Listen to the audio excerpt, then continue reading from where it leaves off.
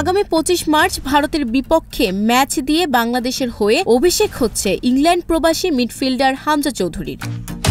অভিষেক ম্যাচে তিনি ৮ নম্বর জার্সি গায়ে মাঠে নামবেন। এই জার্সি এর আগে বাংলাদেশ দলে পরে খেলেছেন চন্দন রায়, মামুনুল ইসলাম, এনামুল হক ও সাদ উদ্দিনরা।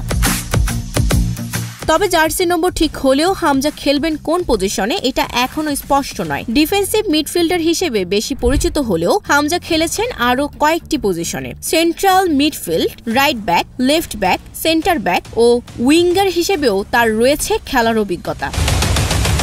তিনি সবচেয়ে বেশি 115 ম্যাচ খেলেছেন ডিফেন্সিভ মিডফিল্ডে। এছাড়া 72 ম্যাচ সেন্ট্রাল মিডফিল্ডে, 18 ম্যাচ রাইট ব্যাকে, 4 ম্যাচ সেন্টার ব্যাকে, 2 ম্যাচ উইঙ্গার এবং 1 ম্যাচ লেফট ব্যাকে পজিশনে খেলেছেন।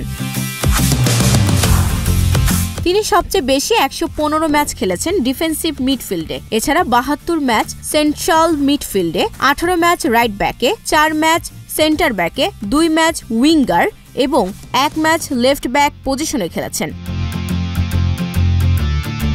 বাংলাদেশ দলের ডিফেন্সিভ মিডফিল্ডে আছেন জামাল ভুঁইয়া, একই পজিশনে খেলেন পাপন সিংহ ও মোহাম্মদ হৃদয়ও। ফলে হামজাকে সেই পজিশনে খেলাতে চাইলে কোচ হাভিয়ের কাবরেরাকে দলের গঠন নিয়ে নতুন করে ভাবতে হতে পারে।